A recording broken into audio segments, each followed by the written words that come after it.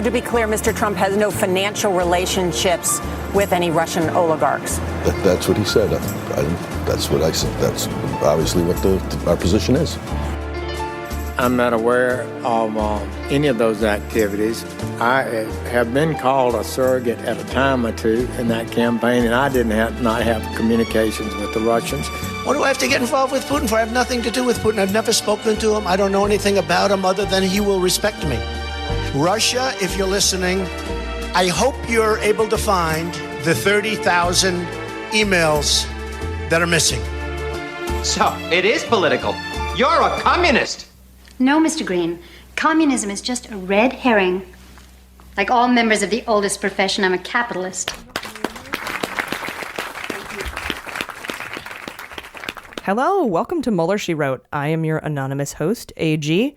I work for Trump, ultimately, and he's purging non-loyalists now, so it's not just about smashing the Hatch Act, but that's why I go by AG. With me, as always, is Jaleesa Johnson. Hi. And Jordan Coburn. Hello. Happy Manafort's on trial week. Yeah. Phenomena. Phenomena. Phenomena. I've decided that's the theme song for Manafort, so I think it fits him. I know you'll probably hate me for getting it stuck in your head, but it's a far sight better than Blue by Eiffel 65, which we will also hear later in the show. This week is a lot like the last two. Things are insane, and dots are connecting.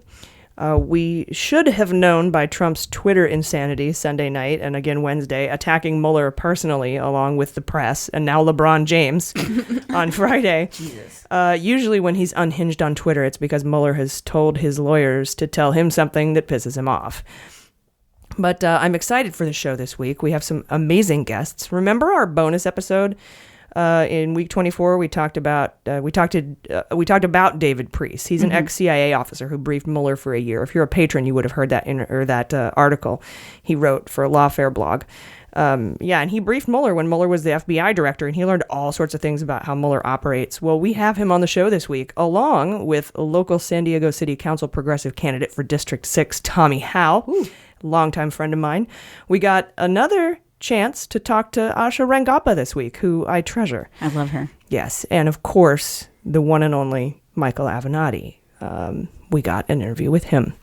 So, Jaleesa, you're going to give us an update on Ivanka and some money laundering sitch. And Jordan, you have the latest on Giuliani's Lube the Truth tour. God, he's just... Jules. Yes. I'm going to go over Butina and the NRA. But first, let's get into the news with just the facts. We found out Monday that Manafort made over $60 million working for Yanukovych, or Yanukovych, some people call him. Weird Al Yankovic. We found this out because Manafort filed a motion to keep jurors from hearing about his work with the Ukraine, but Mueller filed back saying those details are necessary to prove how much money Manafort failed to pay taxes on, and to show Manafort's ties to oligarchs that supported the Party of Regions that paid him. Further, Mueller argued that Yanukovych's ouster is relevant because it explains Manafort's work with a different party and why his income dropped dramatically, giving him motive to commit bank fraud, loan fraud. Then, remember when Manafort filed that civil suit in the D.C. court with Judge Jackson, if you're nasty? 2 counts saying Mueller should have never been appointed and Mueller was out of his scope. Well, and that's how we got that 4-page redacted Rosenstein memo that detailed what Mueller was allowed to investigate Manafort on, including crimes of collusion with Russia and money stuff. Well, I've been saying that the, quote, crimes of collusion part, along with multiple other clues, means Manafort will be facing superseding indictments of conspiracy or aiding and abetting Russian interference. Well, the judge dismissed his scope complaint because Rosenstein's memo was pretty clear, but asked him to write a brief in a minute order. And then when she got the brief, she dismissed the other count. So she dismissed them all. I like how he had to show his work and then still failed. Well, Manafort appealed that decision, but Monday evening he dropped his appeal. He dropped his appeal saying future indictments against him are invalid because Mueller shouldn't have been appointed or because he's acting outside of his scope. So think about that. Is it a sign that he's going to flip? If he was going to, it would have served him better to do so before the trial started so as not to waste the court's time. Ellis doesn't seem like a super forgiving dude about shit like that. But Manafort, Ellis is the judge in the current case, but Manafort has until the verdict to flip. And even after that, he has a whole other trial in D.C. in September. And when people call Virginia the rocket docket, they aren't kidding. Day one, they had the jury seated by lunch. 6 men, 6 women, 4 alternates. Pretty white jury, too. And they already called their first witness, Tad Devine, to the stand on day one. Days 2 and 3, the prosecution spent the entire time talking about Manafort's lavish lifestyle. But they were limited because Ellis said Manafort isn't on trial for being rich. And all the money he spent could actually taint the jury because juries hate super rich people. There was a moment on day 2 when prosecutors said they might not call Gates to the stand, mostly because the defense's opening remarks, what happened when they gave their whole upfront opening remark, they blamed everything on Gates, possibly tainting him as a witness. But Friday we did learn that Gates will likely take the stand, probably today or tomorrow, Monday or Tuesday. But only after Manafort's CPA is done testifying. She started on Friday. She's going to finish up today. And her testimony is probably the most damning so far. This is after all the rich stuff. He spent $15,000 on an ostrich coat. Yeah, I like that because he wishes he could stick his head in the sand. And it's all ugly shit, too. It's all from the house of Bijan. So Bijan Mostafavi, we have our eye on you. Shout out. You know what I think is interesting? You mentioned the 6 men, 6 women, 6 alternates. That sounds like a Manafort orgy. 4 alternates. Yeah. Yeah, gross. Man orgies. Ooh. But she has to finish testifying, and she's been given use immunity. She's one of the 5 people given immunity. And she testified that she lied about Manafort not having foreign bank accounts, and she said she falsified loan documents. And an interesting piece of evidence that came out during her testimony is an email she sent stating Manafort was expecting a $2.4 million payout of fees in November of 2016. November of 2016. Interesting. I wonder what that was for. Yeah, I wonder if some major shift in the political climate happens around then. Yeah. November? What happens in November? I can't. It sounds like Jaleesa's birthday. That's probably it. That's probably what it is. That's Sagittarius. That's the only Priess's important. book is coming out. I can't. I'm lost. I don't know what else happens in November. But yeah, I wonder what that was for. Who it was from. It's not in the email. So that's really interesting. But, like I said, any collusion stuff is going to come up in a later trial. I think he's still trying to roll him. I really do. But in any case, Manafort is fucked. That was a good one. That was good. You really set it up like an alley hoop for me there. Yeah, you had a little crack on there, but you went back. Exactly. You got it. You found it. Yes. It's good. Thank you. You found I am not a singer, but you guys make me feel so found your special. Also, Monday, Giuliani made the rounds on CNN and Fox News, and Jordan's going to go over that later in the show. Yeah, he's a meltdown. Oh, my God. Then, you guys, this is an actual headline from Monday. Quote, a Virginia Republican who has been linked to white supremacists now faces accusations of liking Bigfoot erotica. Unquote. I had to bring this up on behalf of Greg Proops. The 84 election was just nobody voted in that election. Let's be honest. I think it was the lowest voter turnout. You can go back and Google me on this, and your listeners, I'm sure, will, because they're all sitting in a house covered with, tinfoil over the windows and a van that says John Lennon was killed by Bigfoots. But see, Greg, it's not my listeners. It's the GOP. So anyway, that was just a funny little callback, I thought. A story dropped Tuesday that Ivanka could be caught up in a money laundering scheme from a while back. Jaleesa's going to go into more on that later. Don't start warming to Ivanka. Then we learned the likely reason that Mueller was on the plane to New York. Remember that photo of him? And first, it was confirmed he was going to New York, so we were right. Okay. Thank you. And it was to discuss the case. Oh. But it appears he has referred a bunch of lobbyists, likely that he found when he was investigating Manafort, a bunch of lobbyists that failed to register under FARA. And these are Democrats as well as Republicans. Okay. There's some Obama guys in there. There's some Clinton guys in there. There's some Bush guys in there. Yeah. There's a lot of Trump guys in there. All lobbyists. But they're all lobbyists. And he handed all that off to New York. I have a question. Yeah. Really quick. On the topic of Mueller shifting things over to SDNY, do you think that he's only going to do that on things where he's confident that they'll be convicted? I don't know. Maybe. I think it kind of goes more along the lines of him trying to make sure he stays within his scope, even though his scope covers everything. Right, the optics more so. And also, it's got to have something to do with his resources. He only has 17 hardened Democrats to help him. That's so true. Yeah. Not fake news at all. It was 9, then it was 13, now it's 17. It just keeps going. Now it's his entire Yeah, they're multiplying. Eventually, That's they'll what we just- do, Democrats. If you get us wet after angry. midnight, you get us wet after midnight. You get us wet or feed us after midnight, we multiply. Oh yeah, we're like hilarious. bunnies. Yeah. Or gremlins. That was what. Yeah. See? Oh, sorry. 25. Over my head. We're young. We're young, but I knew that one. Yeah, I did yeah. not know that. It's Gremlins, rare. the movie? Yeah, the little furry thingies. They multiply? If Yeah. you That's get them wet or terrifying. feed them after midnight. And you Oh know my the thing that God. sucks is there's no cutoff for like after midnight. Like how long? Oh. When can you feed That's them? me When after does the midnight, clock too. reset? 6 Yeah. a.m. Sunrise? I don't know. Mm-hmm. I don't know. And then how do they even know what time zone they're in? It's whatever. Very complex creatures. They get jet gremlins. lag. Yeah. Then, you guys, sometimes beans can come true. We reported last December, that McGahn told Trump about Flynn lying to the FBI before he asked Comey to let it go. That would indicate corrupt intent, right? Obstruction of justice. If you remember, in January, Dowd and Sekulow wrote a big old long letter to Mueller saying that Trump couldn't have obstructed justice because he didn't know Flynn had lied to the FBI or that he was under investigation when he asked Comey to drop the case.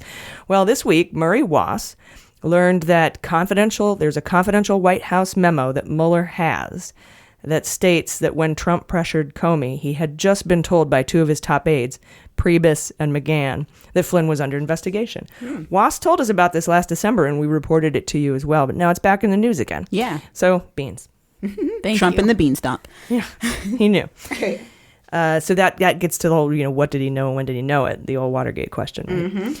The Trump question is like, does he know anything? Sorry. He did know that, He Flynn was did. under investigation. But he loves to play stupid, and it's convincing often. Well, Yeah. I don't know if he's playing. That's really satisfying, though. That I'm torn. reporting. Yeah. It is. Yeah. Yeah. I feel warm and fuzzy inside. Then Wednesday, Trump tweeted that Sessions should end the Mueller investigation right now. And then Sarah Sanders defended Trump by saying he said should and not, it wasn't a command. It was just an opinion. So he was fighting back, not obstructing justice, as though those two things can't happen at the same time. Yeah. That just makes me sad. Like there's some sort of crime immunity clause that if you're fighting back, you can't be, guilty of a crime. Gymnastics on this. Their logic is just crazy. It's all over the place. Yeah. It just reminded me of like if you were running down the street and you said, let the air out of those cops' tires. And I said, okay. And I let the air out of the cops' tires. And they could be like, you were obstructing justice. I'm like, no, man, I was just fighting back. Yeah. I was just fighting back. Let's see how well that works. Yeah, but there was Like- no crime. There was no crime. Jaleesa, she didn't commit a crime. Right. Oh, well, yeah, whatever. It's crazy. It doesn't have to be an underlying crime for obstruction to happen. Exactly. Trump's going to tweet like, the Third Reich should rise again. And then they'll be like, it wasn't an order. I meant shouldn't. Oh, yeah. Then Mueller got back to Giuliani and the ongoing saga of trying to get an interview saying he'd cut down the number of obstruction questions. And that might have been what set him off on this Sessions tweet. I keep thinking maybe in that letter he mentioned a subpoena, but that's not been reported anywhere. That's just conjecture. So what is Mueller's endgame here? Today, we are joined by the man who delivered the president's daily brief to Mueller and Ashcroft after 9/11 as the daily intel briefer at the CIA. He wrote the book, The President's Book of Secrets, The Untold Story of Intelligence Briefings to America's Presidents. He has a PhD in poli-sci from Duke. Please welcome, everyone, David Priess. Hi, David. Welcome to Mueller, She Wrote. Hello. Joy to be with you. And everything you just said is true. There's no fake news in any of that. Well, I'm glad to high five for fist bump another PhD. Awesome. Sorry about that dissertation you had to write. It was a pain, but I haven't really looked back at it since, and I'm glad I haven't because I'm sure it would look like crap compared to what I would expect of myself now. Yeah, no, I threw mine away. So this week, the ongoing saga continues. I feel like these are the days of our lives with the back and forth between the special counsel, Robert Mueller, and the president and his awesome team of capable lawyers about a sit-down interview, right? It's been going on for months. And as you heard, Mueller this week sent a letter back to Trump saying he would cut down the number of obstruction questions, but still wants an interview. And you briefed Mueller for a year, I believe, and know him pretty well, at least the way his mind works. Why do you suspect he's even entertaining this back and forth and not just jamming a subpoena up his butt? I don't understand. Yeah, I'll put, first of all, I think he avoids jamming things up his interviewees' butts, but that's supposition. You're right. He's wholly a professional. You're correct. But the thing is, I think we have to all be humble, because when Mueller and the special counsel's office have dropped indictments, sometimes it has been completely out of the blue, and even some of the people watching it 24/7 have been surprised. So there's that huge caveat up front, which is we don't know exactly what they're thinking. We do have some tea leaves that we can read. For me, the tea leaves on this one aren't necessarily things that we're getting out of current reporting. It's more the history of presidential judicial issues. So if you look at the history of things like calling the president out, whether it's trying to get documents out of the executive branch, whether it's trying to get the president to sit down for something like this, you run into these big constitutional issues. What I suspect Mueller is doing, because he is such a strategic and tactical thinker, at the same time being able to do both, what I think he's doing is anticipating, if I were to subpoena him, and I have not taken every possible step toward accommodation, then the courts would be less likely to force him to fully cooperate. Whereas, if I have bent over backwards, if I have taken months and months of talking to lawyers, trying to get him to cooperate, narrowing down the questions, I think there's a higher chance in his mind that the courts would agree if it came down to that kind of a decision on whether this would be allowed or not. Okay, so he's doing his due diligence. Again, kind of part of his MO of having a totally buttoned up, airtight, bulletproof case, like how he keeps handing stuff off to SDNY or Right. U.S. attorneys, particularly in cases like the Cohen case where they've got Weisselberg coming in. He didn't want to cross that red line Trump drew about looking into his finances, even though he has every right under his appointment to do so. But he still wants to. I feel like he's creating this case that can't be shot down, and if is shot down, will only look bad for those who shoot it down.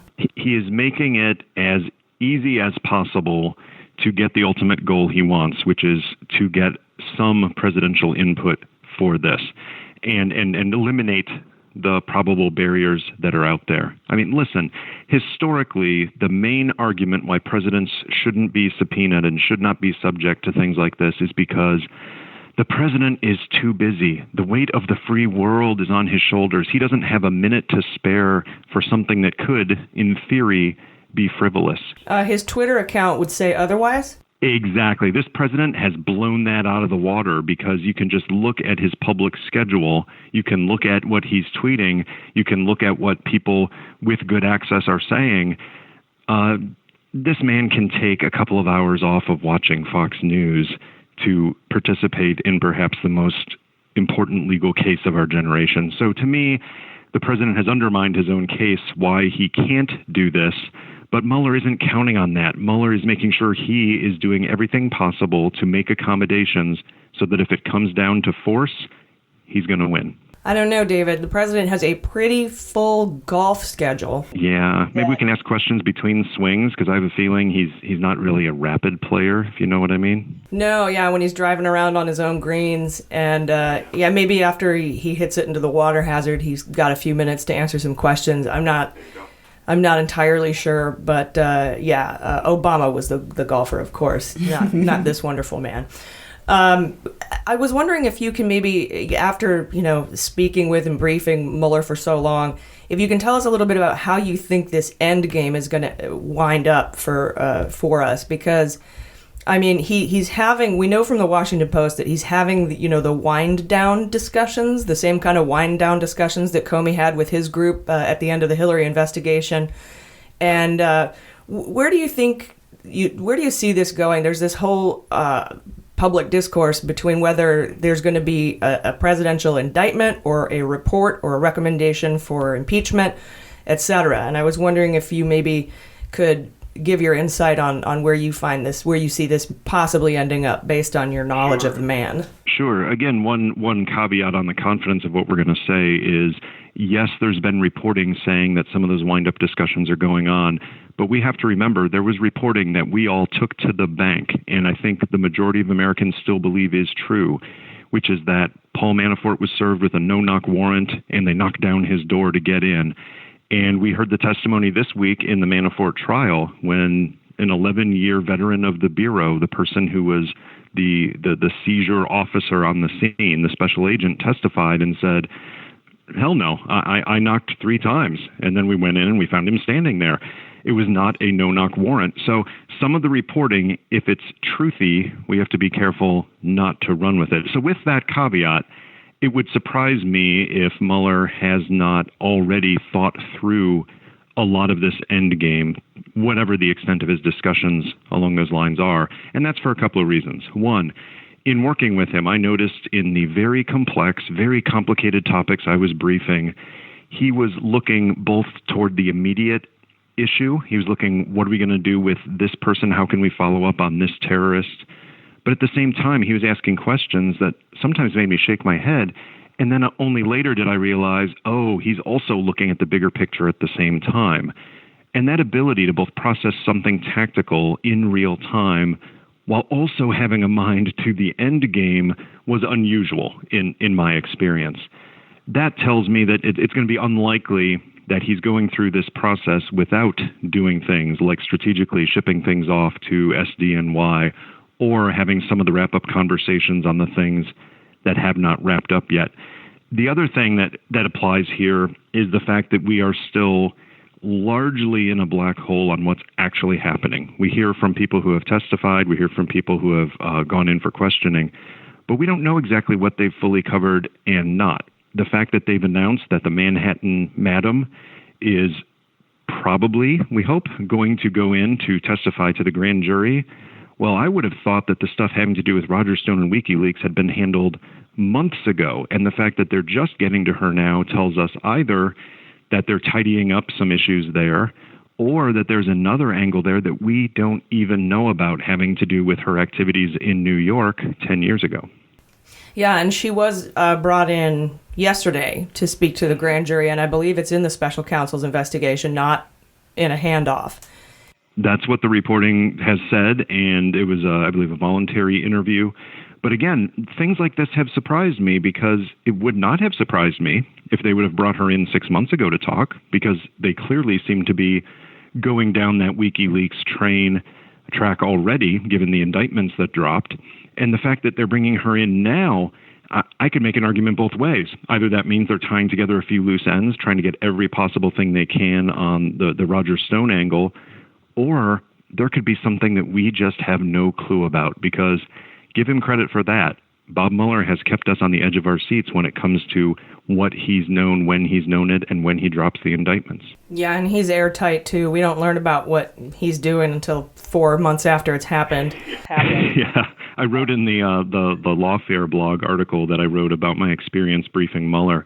I wrote that his spokesman is the quietest person in Washington, where everybody likes talking about everything they're doing, but he is not putting information out there that needs to be out there. And that goes along with my experience with him, that he had a clear disdain for any unnecessary publicity or just extraneous noise. He just wanted to do his job. Yeah, and I think his job doesn't only include technicalities, but, he, as you said, bigger picture stuff. If we did a report on his master's thesis, I read something into that where the World Court should have won on a technicality, but looking at the larger picture of how it affects citizens and apartheid and zeitgeists and things like that he takes all of that into account, I've noticed. Yeah, that doesn't surprise me.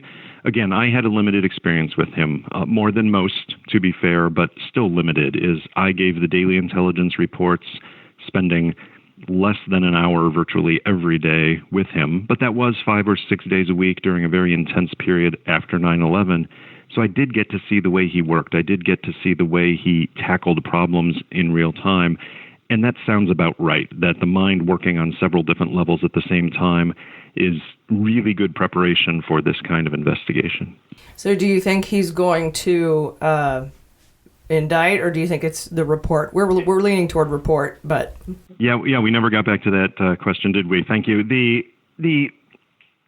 Here's what I think is most likely, but I wouldn't put my life savings on the line. You wouldn't put beans on it? I just don't have that full confidence here because we don't know.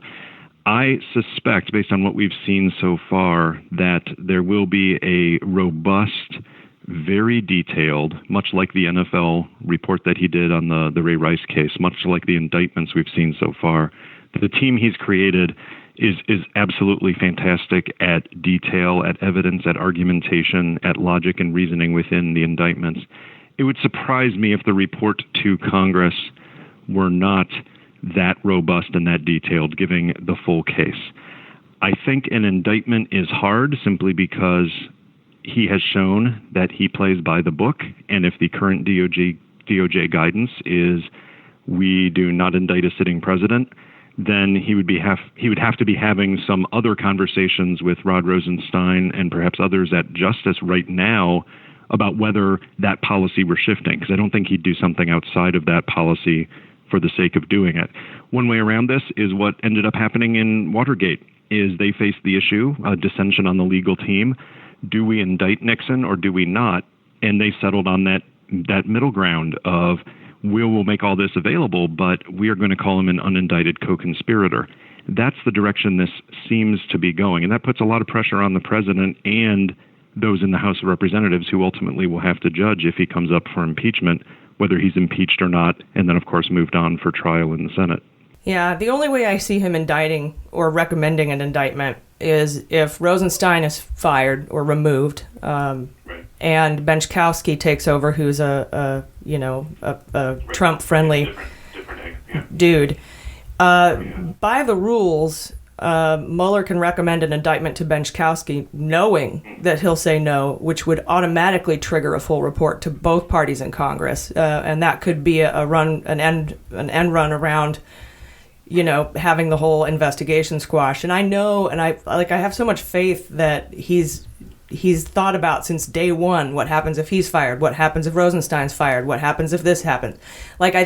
He's got all these fail safes with the dead man switch and possible sealed indictments, and I don't think that Trump is going to outsmart him on anything. I think your logic is right on all of those points. The other point I'd throw out there is the fact that in my experience he's not somebody who wants to go rogue. He's not somebody who wants to go freelance. And if there's something he's going to do that is outside the ordinary, damn straight he's going to have all of his ducks lined up in a row to do that. He's not going to do it because he has an agenda or he has a belief or he has an axe to grind. That's not the man I got to know. And I haven't seen any evidence in this investigation that he and the many highly capable people that he's built around him on the team there, I haven't seen any evidence that they are seeking a particular result. I've seen strong evidence that they are seeking a result, that they're trying to get to the truth as best they can find it. But I have not yet seen any evidence that they are trying to take down the president or trying not to take down the president.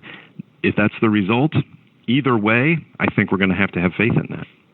All right. Well, David Priess, thank you so much for your insights on this. I've been wanting to talk to you since we covered your Lawfare blog back, I think, in episode 24, April, I believe it was. And I appreciate you taking the time to come on and talk to us. Do you have a book coming out? You want to tell everybody about that? Oh, sure. Yeah, in 3 months, so I guess early November, my next book comes out, and this one, again, relates to the issue we're talking about, but from a very different angle. My first book was about how presidents and those around them get their intelligence reports. So we talked about top-secret intelligence to the presidents, the briefings that I was a part of. But the next book has to do with presidents from a different angle, which is how do we get rid of them? When you have a president who's unpopular, unfit, unable, how do we actually remove them from office? So that book, How to Get Rid of a President, is scheduled to come out in November and may be very relevant after midterms when things like impeachment could be on the conversation again. Yeah, one would hope. All right, well, thank you so much for your time today. And everybody follow @DavidPriess on Twitter. And check out his new book coming out in November, How to Get Rid of a President. Thanks so much again for joining us. You bet. Talk to you soon. All right, so in Roger Stonehenge this week, his aide, Miller, he filed a motion not to testify, and he was denied. So he has to come in for questioning. And the grand jury questioned the Manhattan Madam on Friday, as we talked about with David there. Nice. And you guys, Stone's on the chopping block. That dude's going down. Yeah, it's long overdue. Yeah. We also learned Mueller is trying to get an interview with Emin Agalarov. He's the pop star, Kazakhstani, now Russian pop star, who helped set up the first Trump Tower meeting with Goldstone. Yeah. He and his father. His father's a billionaire with ties to Putin. They partnered with Trump for the 2013 Miss Universe pageant in Moscow. What's interesting about that trip to Moscow is that it could appear that Trump decided to run for president on that trip, perhaps talking to Russians about it. And the reason I say that is because of something peculiar that happened this week. Friend of the pod, Scott Stedman, we've had him on before, he published a story about another unnamed Playboy playmate that was allegedly paid $185,000 for her story by AMI in another catch-and-kill scenario. But Stedman was forced to pull the story under the threat of a lawsuit. Now, that's alleged. Mm-hmm. I by couldn't- AMI. Yeah. Now, I couldn't care less how Trump gets his micropeen wet. In fact, I don't ever want to think about it. But what Stedman found important in this story, not so much that he was with another Playboy playmate and paid her off, which could possibly have campaign finance violation implications, but the important part about the story was the timing. She was paid off shortly after Trump returned from Russia. And as we all know, Stormy Daniels' attorney, Michael Avenatti, has said he's now got 3 more women coming forward with payoff stories. And I wanted to ask him if they were at all related. So let's take a listen. This week, friend of the pod, Scott Stedman, published a story on Medium about a former Playboy playmate that received a $185,000 payoff from AMI for the rights to her story in yet another catch-and-kill scenario. In a twist, AMI threatened to sue Stedman over the story, so they had to pull it from Medium. And with us today to discuss all this is the attorney for Stormy Daniels, Michael Avenatti. Mr. Avenatti, welcome to Mueller, She Wrote. Great to be here. Thanks for having me. I'm so excited to have you. First of all, can you tell us if this woman that Scott Stedman wrote about that was paid off in 2014 is one of the 3 women that you say have come forward to you to talk about their payoffs from Trump? She is not. Okay, so this is an additional person then. Correct. I have not vetted the woman at issue in that story. I have a pretty good idea who it is, but it is not one of my clients. Oh, that's interesting. Would you take her on as a client if she came to you? I have no idea. I mean, it would depend on whether I believed her, whether I found her to be credible, what exactly the story was. There's too many factors for me to just make a determination. Okay, well, that would indicate that the 3 women you're speaking to, you find credible and that you've decided to take them on as clients because you believe their stories and you want to represent them. Correct. So what's important about this particular story, the one I'm talking about with Stedman, is the timing, at least to me in my head. Not so much, that he's with yet another former Playboy playmate, and that this is yet another catch-and-kill scenario. But it's more that she was paid off shortly after Trump had returned from the Miss Universe pageant in Moscow in 2014, and that sort of corroborates the Steele dossier's account of when he decided to run for president. And I know you probably can't tell us who the 3 women are that have come to you, but can you maybe tell us when they were paid off? In 2015 and 16. Okay, so that kind of spans a longer period of time then. But it was clearly after he had decided to run for president. Yes, I don't think there's any question about that. So going forward, are you going to be releasing or making public these 3 women that you're speaking to? It all depends on whether the 3 clients decide whether they're prepared to come forward and share their personal experiences and their personal stories and disclose their names and other information. It's up to them. Were they also represented by Davidson at some point? I'm not at liberty to answer that question. That makes sense. Just for some backstory for our listeners, Davidson is the attorney that was previously representing Stormy Daniels, and we've speculated on this show that he may have been in cahoots with Cohen the whole time. You ran into Cohen, I heard in an interview, and at a restaurant in New York, of all places, because it's such a small town, and you sort of pitched him like, hey, we should be working together, and he said to speak to his lawyers. Have you done that? Are you working maybe on partnering up with? I want to be really clear about something. That's not what happened. A lot of what has been reported is just not accurate relating to our communications. I randomly ran into Michael Cohen in a restaurant that I've been going to for the better part of 15 years, but had not been in a number of months. I was with a friend of mine. I randomly ran into him. He and I had occasion to converse. We spoke at length. And then there were subsequent communications with his representatives and him. And ultimately, those communications broke off. I see. Well, I appreciate you clearing that up for us because, yeah, sometimes the stories can run away from us. Yeah, don't believe Alan Dershowitz. He's a caricature of himself. I usually don't believe anything that he says, so I appreciate that. Well, you know what? I'm glad that you were able to join us today. I know that you couldn't tell us much about these three women, but I'm glad that you were able to tell us at least that this woman that Scott Stedman wrote about is different from these additional three women. It just sounds like there's a lot of them out there, and hopefully we'll get to hear all of their stories at some point. I'm hopeful of that as well. It's really up to the clients because they're the ones that have to put so much on the line by coming public. Yeah, absolutely. Or coming forward publicly. I 100% understand that, and from experience myself. So, Mr. Avenatti, thank you so much for joining us. We really appreciate it, and I hope you have a great weekend. Thank you. Thanks for having me. Take care. No problem. Bye-bye. Guys, there were some bombshells in that interview. It's a short interview, and he was to the point. But first, the woman Stedman reported about, he says was not one of his three women that he's representing. And secondly, his three women, his harem. No, one of the three women that he's representing. Yeah. It's not. That's an additional woman. And secondly, he told me when they were paid off, as you just heard, 2015 and 2016, which would seem to verify reporting in the dossier, the Steele dossier, saying that women were recently paid off, quote unquote, recently. And that was written in 2016. Oh. So that seems like it could corroborate the Steele dossier. That timeline is sketchy, yeah. So put some beans on that, because I don't think we've heard the end of the timing of these payoffs. Also, please support our friend Scott Stedman. Yeah. He needs some help. You can help him out at paypal.me/Scott M. Stedman. He's a great guy, great journalist. He is 22 years old. That's incredible. Blows my mind the kind of sources and methods that he's pulling off. Yeah, smart with guy. his reporting. But that timing is so auspicious. Let's say Mueller has a bunch of evidence that Trump conspired with Russians on his 2013 trip, and Mueller wants to prove that or add evidence to that pile by showing that he began paying women off as soon as he returned. Could be an indicator that he had, in fact, decided to run for office. Exactly. During his time in Russia. Yes.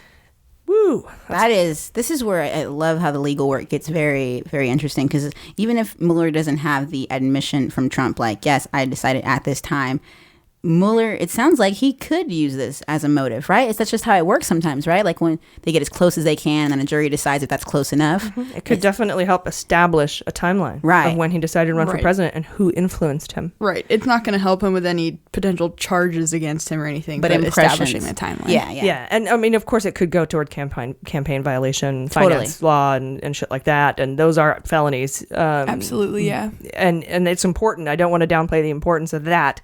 But much like the whole Bill Clinton, Monica Lewinsky thing, I was like, I don't care, but he lied. Exactly. And so, that's when people cared. You broke the 1001, you lied. Right. And Trump, as far as lies go, I mean, if we're going to get him, if that's going to be the thing, then he's going down. Yeah. He gets a lie card, though, until he talks to federal investigators on the record. Yeah. And Trump wants to, he says, sit down with Mueller, and he's at Bedminster this weekend, and he's thinking about it. And Giuliani, I think I talk about this later. If I repeat it, I apologize, but I think Giuliani told him they'll give him an answer in 10 days. That was from Thursday. Okay. So probably by next episode, we'll know what the decision is. Interesting. Then, you guys, holy crap. Cohen is wrapped up in the Marshall Plan. What is the Marshall Plan? We've talked about this, I think, episode 3 or 6 or something. A couple of times, The too, one with yeah. Zach Miller. Oh, yeah, 6. And basically, Flynn was texting Copson on the dais during Inauguration Day saying, we're going to rip up sanctions, buddy. Mm-hmm. And Copson owns this company. They had this whole plan to build a bunch of nuclear reactors in Saudi Arabia. And he wanted sanctions to be ripped up because he wants to partner with Russia to do this. Mm-hmm. And so that's why the easing of the sanctions was so important. Okay. Yes. So according to the Wall Street Journal, a top Trump donor named Franklin Haney agreed to pay Cohen $10 million if he successfully helped obtain funding for 36 nuclear power plants in the Middle East. Oh, no. A proposal submitted calling for finishing the Bellefonte reactors in Alabama and then another $300 million to fund Middle East reactors over the next 40 years, and that the company writing this proposal would receive $1 billion annually. And you know who wrote the proposal? Copson. Wow. So, do you know who would partner with the U.S. on building these reactors according to Copson's proposal? Who? Russia.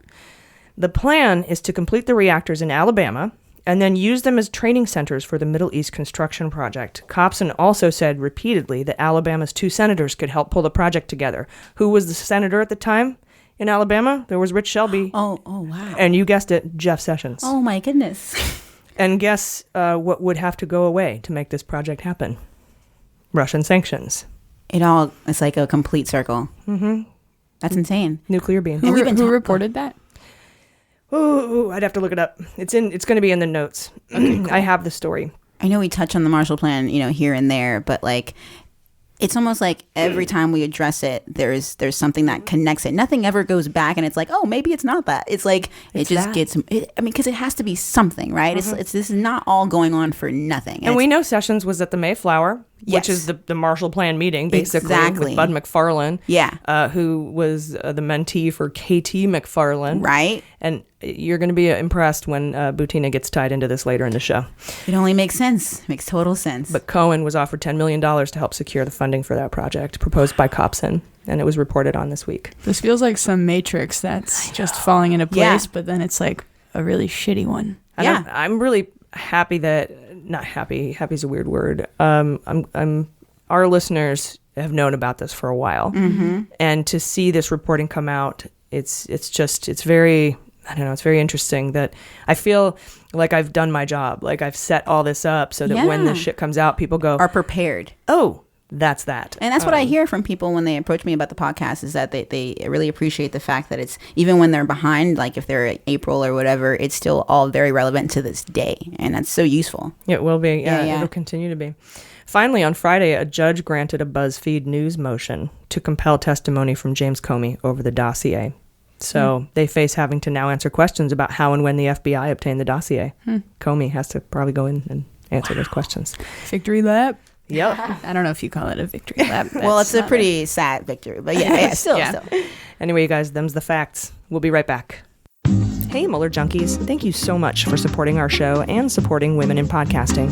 I need to ask you for a quick favor that will not cost you a dime. Please head over to Apple Podcasts and give us a rating, and then subscribe.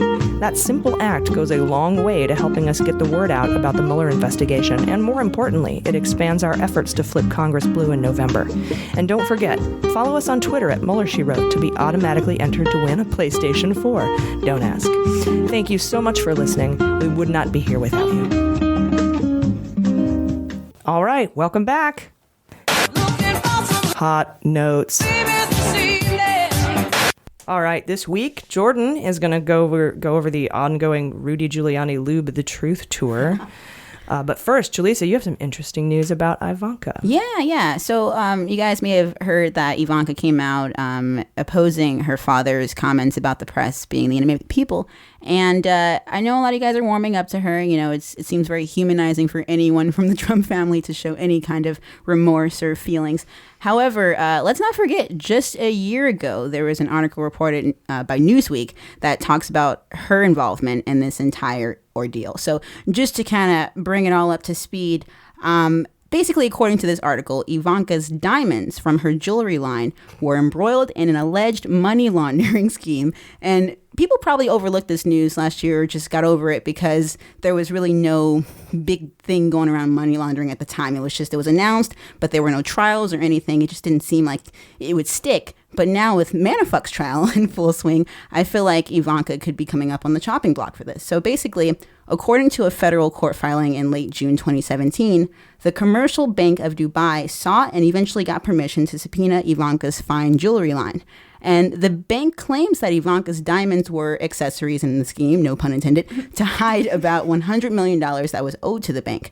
So based on the filings at the U.S. Southern District of New York, the plan was engineered by the Al-Series family, who owned a multi-billion-dollar Emirati oil empire before they ran into legal trouble for some unpaid bills. Which, how do you own a multi-billion-dollar company and you don't pay your bills? That's just greedy. That's ask Donald Trump. Yeah, I mean, like, I'm poor, but I also feel like I don't pay bills when I can't pay them. Yeah. But if I had a lot of money, I would be like when I get into money, I'm like, oh, let me pay everything. Like, this is great. Like, I can do things. Bills are just suggestions for poor people. There you go. Also, they're just so greedy. Also, how do you think they got rich? Exactly. By the way, that was a quote. I was quoting Jaleesa when she said laws are just suggestions for poor people. Last week or 2 weeks ago. Yeah. I wanted you to know that I wasn't serious. You weren't saying weird things. Yeah, no emails. The true fans know. New listeners, AG is great. You love her.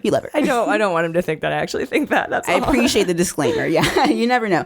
So apparently the Al-Series family borrowed over $100 million, defaulted on that debt, and then, quote, hid their assets in shell companies they used to buy diamonds, including some from Trump's jewelry line. So even though the bank has not officially accused Trump's business of any wrongdoing, the timeline of the case suggests that any potential transaction would have occurred when Ivanka's jewelry line was still in business, and it would have been licensed under the corporate name of Madison Avenue Diamonds, which just reminds me of the Monopoly game, Madison Avenue. And I feel like the Trump family plays Monopoly the way the rest of us like play life. It's just like... Well, it sounds like, to me, what you're saying is that Ivanka treated her diamond company the way that Trump treats his real estate. Totally. Like, it's just a way for Russians to launder money. Absolutely. Yeah. And like father, like daughter, I guess. Totally. And since all this came out, Ivanka has cut her connections with Madison Avenue Diamonds. And White House spokesman Josh Raffel, who usually deals with all things Ivanka, he didn't respond for this. But what we're learning about it is that money launderers often convert dirty money into small diamonds that are easy to smuggle and cash in internationally. Put them in your butt. Totally. Oh, yes. Dude, you just mentioned Josh Raffel. Do you remember him? His name kind of rang a bell, but I can't remember exactly from where. He's the one that resigned when Hope Hicks resigned. Oh. He was Trump's kids handler. That's the babysitter guy. Remember the babysitter? Yeah, thank you for reminding me. There's so many players, and that guy was a... Yeah. He may be cooperating. He's important. Interesting. Mm-hmm. We also... Do you smuggle... Sorry. Go ahead. No, smuggle. I want to hear it. Do you smuggle diamonds in your butt? It was just a question. I wouldn't... Me personally? Suggest it. I feel like, okay, if you're doing it illegally, no. Well, if you're smoggling it, it's probably illegal. I'm just thinking, you just want to be discreet. Maybe you just want to, like a butt, like bedazzled kind of. They make these, they're loose diamonds. They make these little charges. They're little plastic egg-shaped things that you put contraband in to smuggle around. I'm like a Russian doll with diamonds inside. I'm assuming there's diamond They got everything these days. They got it all. Crazy.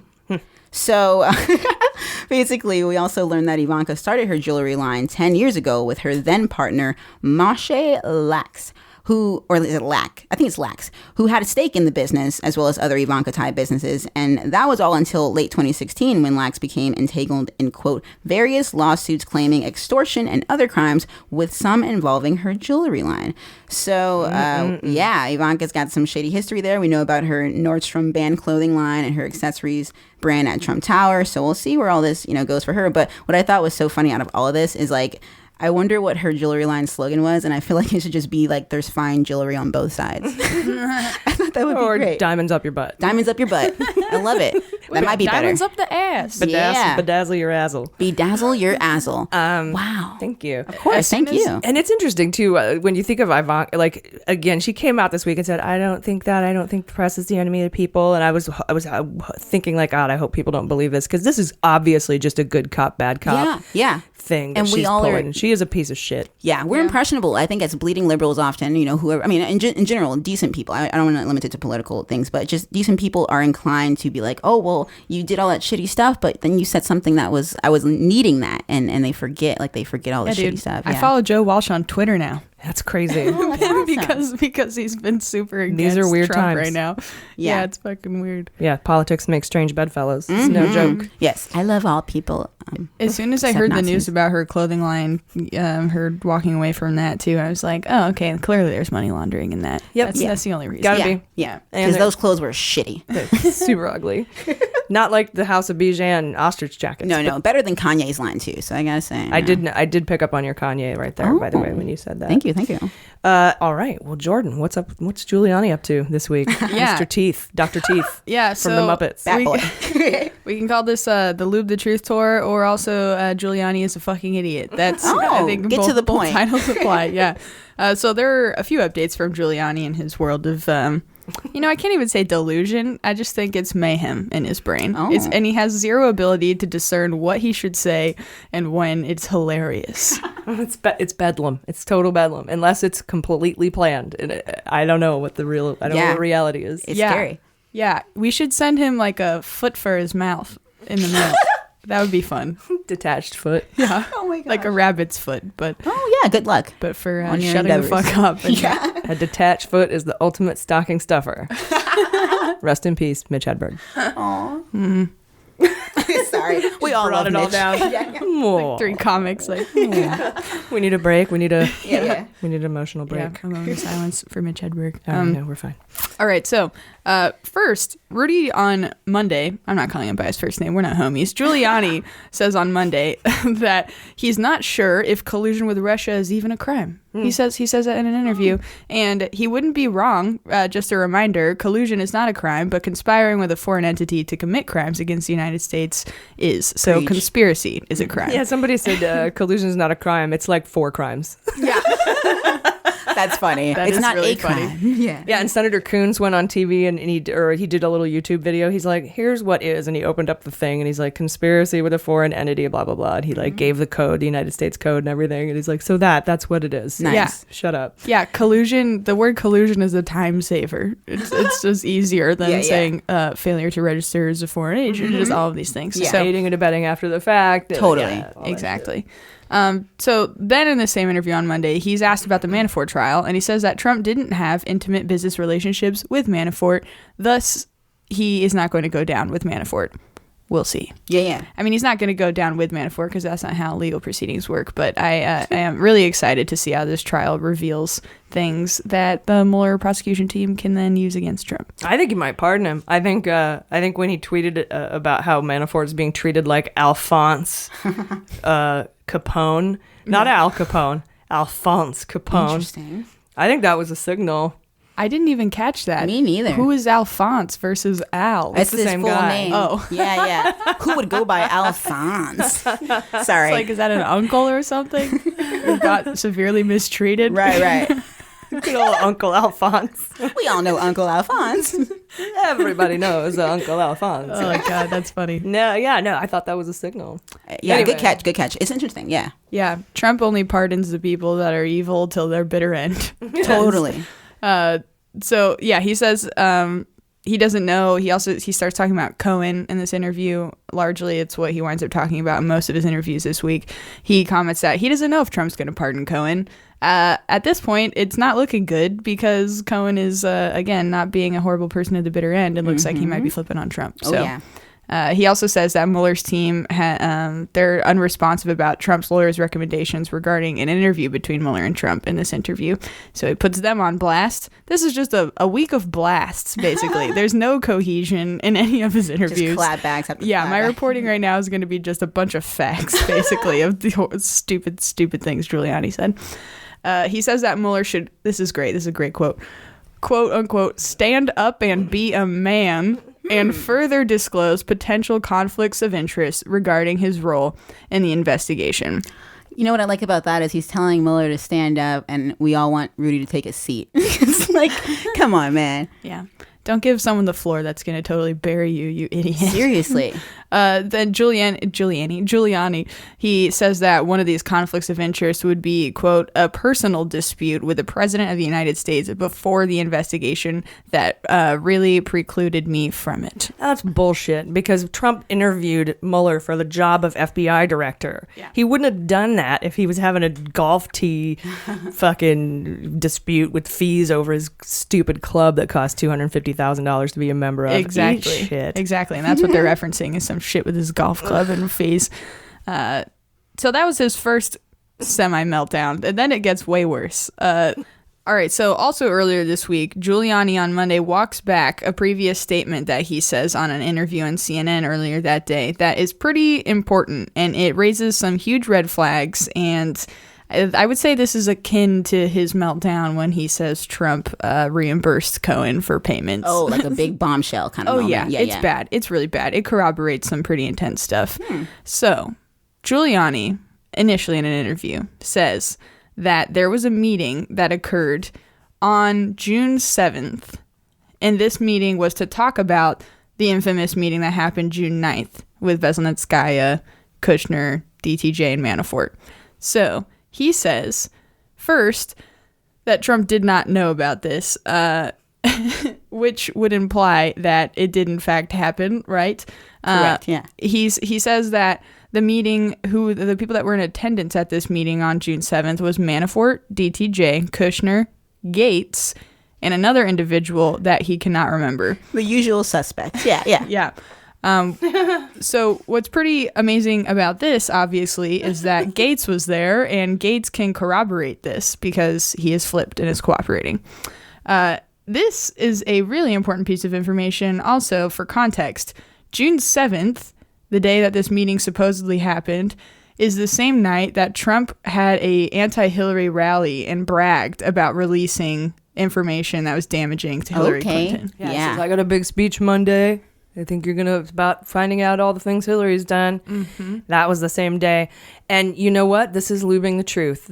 He knows that Cohen was probably at one of those meetings, or he says Gates was at one of those meetings. Priess is, I think, the more unlikely there. It's going to come out that there was a second meeting, and he's just getting out ahead of it. Yeah. It's just insane. For the Fantasy Indictment League, we should have bonus points for getting the mole correct. Like, if you're right about Priess, that's got to be huge. Oh, yeah. Yeah. We'll have to think about that. But yeah, that's just, that has to be what it is. Why else would he drop that there was a second meeting on the day Trump promised dirt or, a big speech? Lube the truth, yeah. Yes. That's it, yeah. We should send live moles to whoever guesses the mole correctly. Ew, I think it's illegal to ship live animals.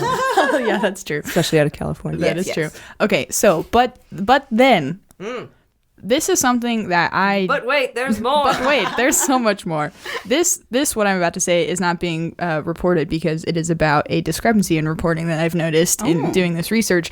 There are stories that are reporting that he said this pre-meeting happened 2 days before, which would make it July 7th. Right. The night that he said that shit about Hillary. Mm-hmm. And then there's other reporting that's saying it happened 3 days before. So I don't know why there's that discrepancy. Yeah, because it could be small, accidental, or it could be very intentional and big cover up, Yeah, motives. I'm trying to think if they're trying to cover it up and he misspoke and said the date that it actually did happen or something, and he was like, oh wait, something else that's really important actually happened. But then wouldn't you want to change it to one day before? I know, so it's not that they're trying to cover up. Interesting. Or maybe he forgot how timelines work, and that was what he was trying to cover up. Fucking idiot. Yeah, but maybe there's another missing piece of something that's happened. I don't know. Either way, That's some going interesting back in report time on doesn't that. make Rudy any sense. Giuliani, forgetting time is linear on a daily basis. A memoir. Yeah, and how it hurts him. So anyway, I think more or less, like I said, different. If anyone has any insight into this, by the way, listeners, as to why, because usually news agencies are really good about going back and correcting their reporting, but I'm reading stories that came out that have been updated since they were published, and they're still reading different days. Okay. So text at us at Mueller She Wrote, or send us an email, Mueller She Wrote, or hello at MuellerSheWrote.com. Yeah. Okay. So that whole thing happens, right? Okay. He says that this pre-meeting happened and Trump was not there. Then CNN asks how he could be sure that Trump didn't know about this meeting. beforehand, and he said, quote unquote, "Nobody can be sure of anything." Real confident, Giuliani. From a lawyer, too. He's going to get the most shit Yelp reviews once this thing is done. Totally. It's like, went for some legal advice, got taken down for international crimes, 1 star. Such an idiot. More like help instead of yes. Yeah, what was the meme that was going around? Like, I went to Giuliani about a traffic ticket, and he pleaded me down to murder in the first degree. Oh, that's so funny. 1 star. Oh, that's amazing. Yeah, exactly.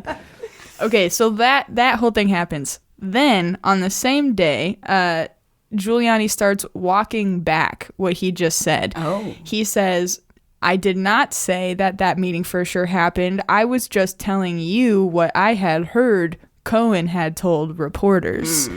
He calls into Fox News and says, "I am telling you, the meeting did not take place. It never happened." What? On the same day.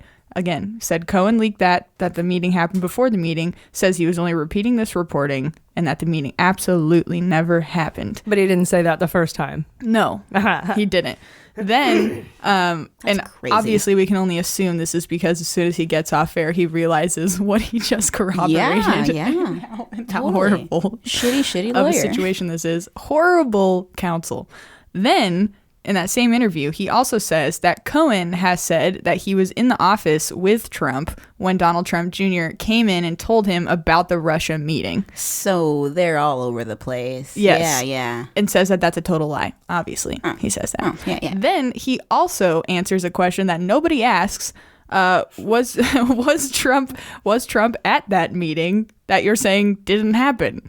He says Trump absolutely wasn't there at that meeting. And then the Fox anchors are even so confused and disheveled by this mayhem. They're like, one guy literally asks, like, why are you even giving us this? Nobody asked this. And he's like, and the Fox, I have to give this guy credit. He says, by you even saying that he wasn't there is giving credence to the fact that the meeting did happen, that you're trying to say did not happen. And I think he said wasn't physically there. And that's kind of when everybody was like, was he there by conference call? Because Trump likes to listen into meetings on conference call phone things. Like a weirdo. Yeah. So that is a really funny interview that I'm going to put in our newsletter, I think, because the Fox hosts are trying so hard to give him bones. But they're trying, man. I can't wait until the movie comes do out. That every time they're looking like, we didn't ask you that, bro. Like, come on. I feel like this will be the comedic scenes in the movie where it's like they recreate the Rudy Giuliani interviews in the Mueller movie, and it's just going to be like, it's pure comedy. It's like, I feel bad, but also it's hilarious. You don't even have to recreate them. Just play the clips. Just play the real thing. Have the actors act around it like, yeah. The documentary will be funny too. Yeah. So, for a quick recap, in the same day, Giuliani comes out, reveals that it is possible or that there's an existence of a meeting that happened before the June 9th meeting. And then he walks it back and says that simultaneously says, A, that meeting never happened, and B, Trump also wasn't there at the meeting that didn't happen. This is crazy. Or at the meeting that did happen, but it didn't happen. Exactly. Wait, what am I? Where am I? Physically there. Which meeting? Yeah. None of them happened. He wasn't there. What year is it? Exactly. What is my name? And so that wraps up that debauchery. Just a final update for Giuliani. Thursday, this is unrelated to what I was just saying. Thursday, on August 2nd, ABC reports that Mueller's office wants to ask Trump questions relating to obstructions of justice. He's proposing both oral and written questions, and it's been reported that Trump is aware of this intention, and it would make sense because he had a tweet storm on Wednesday, and this would line up perfectly with that. Getting word that he is probably going to need to go in for questioning.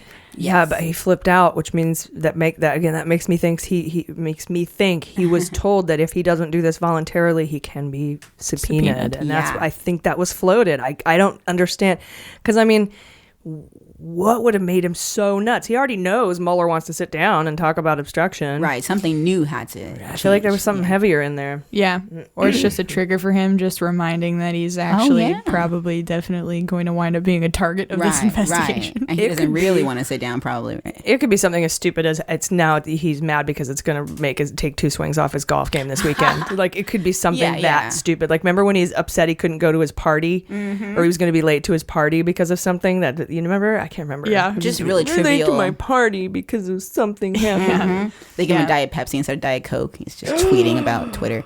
I would have a fit about that, though. Really? Yeah, if you brought me Diet Pepsi instead of Diet Coke. I go either way. That's some I have bullshit. a joke about that. I'd still tip you, but there'd be problems.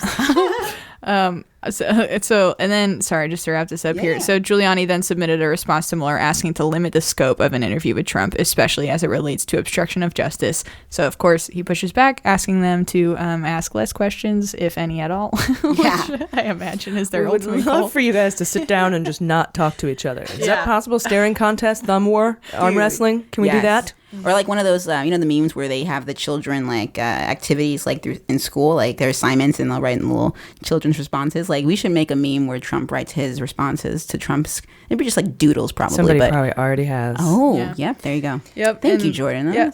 Sorry. And the last thing, Giuliani reported that they did get a response back from Mueller's office, and there should be a decision within the 10 days. Yep. Wow. Yep. 10 days.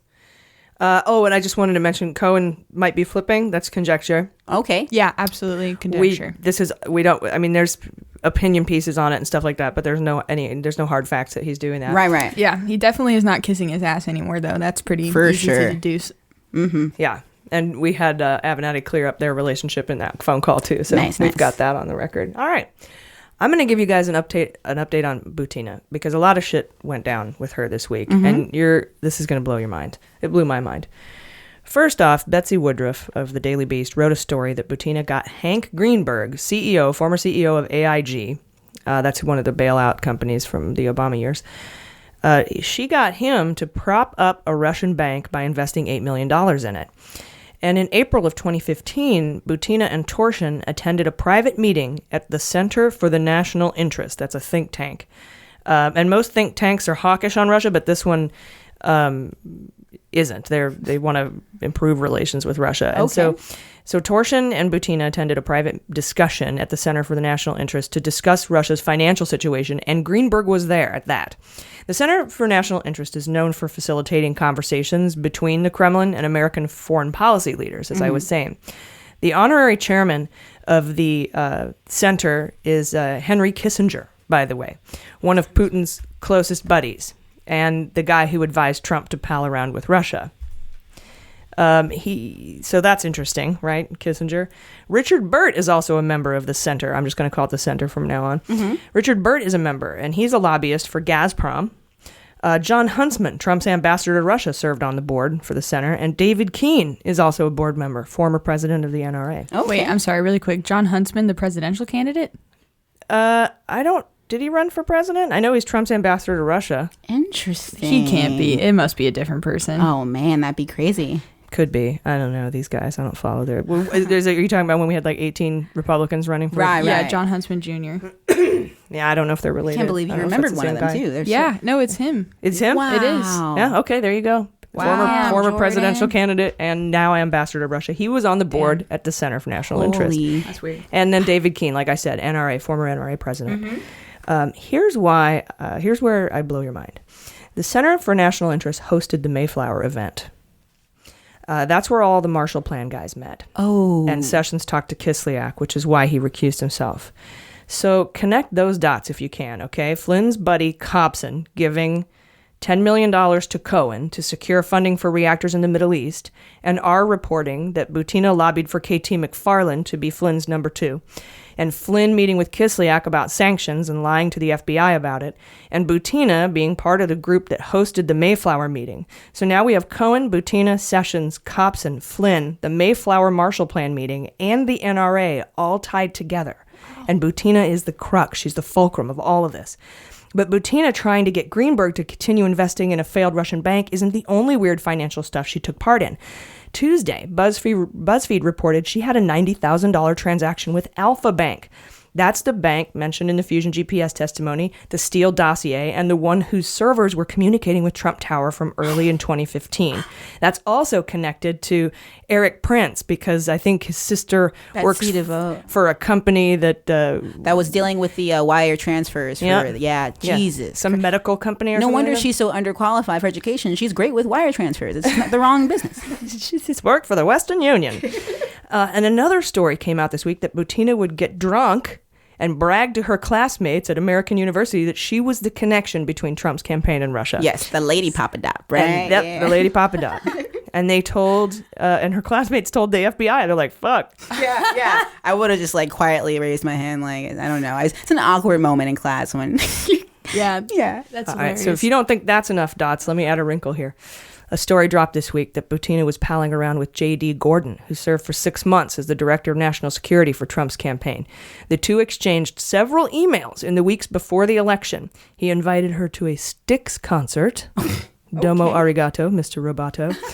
And he invited her to his birthday party in October. Yay, we're going to Skateland. Aww. And she had invited him to a group dinner at the Army and Navy Club hosted by George O'Neill Jr., heir to the Rockefeller fortune, and person 2 in the Butina indictment. We found out he's person 2. Gordon served as the head of National Security Group for Trump's transition, which included Page and Papadopoulos. That's the group in the famous Instagram photo with Sessions and Trump, where Papadop's like, I'm going to Moscow. Yeah. And it's like, no. And Trump's like, okay. And that all that shit happened. And that's J.D. Gordon. And remember, it was Gordon that was the point person for pushing the Ukraine policy platform change at the RNC, along with Dearborn, who was connected by Butina's pretend boyfriend, Paul Erickson, about setting up a Kremlin connection. Mm-hmm. She is the middle point of all of this. Mm-hmm. It is insane, the amount of dots connections that Butina between has. her, Flynn, Marshall Plan, Sessions, Kislyak, Cohen. And she slipped right through the cracks because I think appearances. She's a very adorable looking person. I don't think she slipped through the cracks. They've been investigating her for a long time. Okay. Yeah. Now, some more Butina news. But, I mean, that's a good point. It went under our radar. At least for the optics for the public. The FBI didn't pounce on her until they found out she was going to leave. So that it was all quiet, hush-hush. Under wraps, yeah. That's why we didn't know. Okay. Now, some more Butina news. A report from David Korn. Him and Isikoff wrote Russian Roulette. He did a story in Mother Jones this week saying Butina may have been the cause of a leadership shakeup at the NRA. So the NRA has a very specific way of getting a new president, okay? You have to serve 2 annual terms, that's 2 years, as second vice president, then 2 annual terms, 2 years, as vice president, then you get to be president for 2 years, two terms, 1 year apiece. Mm-hmm. But in May, Oliver North was named president. And he had never served in any of those positions. Mm-hmm. And not only that, but the outgoing president, Brownell, only served 1 of his 2 years. It was a weird move. Yeah. But what wasn't known at the time was that 2 weeks prior to him exiting, on April 25th, the FBI raided Butina's apartment. So did the raid lead to Brownell's quick retreat? That's the question that David Korn is asking. He had a history with Butina. He was at the Moscow dinner with David Clark, the sheriff with the flare, and Joe Gregory. And during that trip, Butina also introduced Brownell to Svetlana Nikolaeva. She's the president of a Russian weapons company and the wife of Konstantin Nikolaev. That's the guy who funded Butina. Dude. Is that the one from the pictures of them on Twitter all like shooting guns and stuff? Mm-hmm. Yeah, the trip to Moscow the NRA took and they paid for. Keene was also on that trip. And as a former NRA president, he's one of the guys on the board of the Center for National Interest that hosted the Mayflower meeting that I referenced earlier. He was on that trip. And finally, in a story by Tim Dickinson on Rolling Stone, it's reported, this is so good, that the NRA is in deep financial trouble, according to a new legal filing by the gun group against the state of New York, the whole state. So the NRA is suing New York, the state of New York, for alleged state-sponsored blacklisting campaigns. They've lost their insurance coverage. They say they're in deep financial trouble and may not be able to exist any longer due to, quote, irrecoverable loss and irreparable harm. So they suck. And they're blaming the state of New York, and they're suing them because nobody wants to do business with them anymore because I swear to God, those Parkland kids had a lot to do with this. That's and God incredible. Bless them. Hell yeah. God bless them. Is this the beginning of the end of the NRA? Dude, I know. It feels like that this week. Either that or they're just being trying to bitches. be whiny victims. Yeah. Or I like Probably how both. I like how people can't get medical insurance if they have like pre-existing but ADHD they're like, or we something. lost our insurance for guns. But they're like, exactly. Yeah. We're based on firearms. What? Dude, they're so pro-death. Yeah, and they're complaining they aren't able to continue their not-for-profit, good work in the United States, etc., because the New York is blacklisting him. Cuomo has said that the lawsuit, here's what he says about the lawsuit. It's, quote, a futile and desperate attempt to advance its dangerous agenda to sell more guns. So, guys, those are the hot notes. We'll be right back. Thanks for listening to Mueller, She Wrote. The she in Mueller, She Wrote is no accident. Did you know we are 100% women-owned and operated? every single person that helps make this podcast possible identifies as a woman. Our creative and web design, our engineer and producers, our editors and digital media manager, our agent, our ad execs, our merchandising manager, and even the postal service clerk that helps me with shipping in our P.O. box. All women and all LGBTQ plus allies. We will continue to employ and partner with women as our podcast grows, but we could use your help. Please support women in podcasting by visiting MullerSheWrote.com and become a patron today. All right, guys, are you ready for the Fantasy Indictment League? Yeah.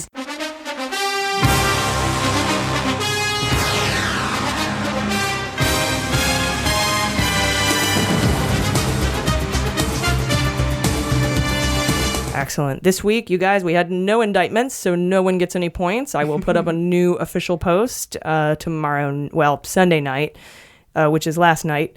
If you're listening to this, just time is linear. Anyway, it'll be up there. It'll be a pinned post on the Friends of Justice page. If you are not a patron, you won't be able to access the Friends of Justice page. If you want to play the Fantasy Indictment League, you can sign up as a patron for as little as $1 a month. You get so much. You get a newsletter, weekly newsletter. You get my personal show research notes. You get access to the MSW book club when we come back with that. Oh, yeah, a lot of goodies. You get every single bonus episode we've ever done. There's I think 40 of them, or 30 or 40 bonus episodes. More than that, probably, too, yeah. We have 71 total episodes, so 71 minus 39 is whatever. Oh, there you go. Yeah, math. 71, 30, 40, 31. Nice. Something. I don't know, maybe 32. Lots. Anyway, lots. Yeah. You get access to all of them. And what else do you get? Oh, we have free gifts if you sign up at different levels. Yeah, T-shirts, stickers. Sexy Justice Calendar. Oh, my goodness. Sexy Justice Calendar is worth it. We still got 11 months in that calendar. I love that 10. thing. Yeah, so hard. Yep. All right. Anyway, so my fantasy indictment picks, I don't think based on any of the news that we've heard this week that my picks are changing. Right. So they'll be up in the post. It's still Stone, Assange, Arando, and who else did I have? Cohen and Donald Trump Jr. Yeah, I stand by mine too. It was interesting.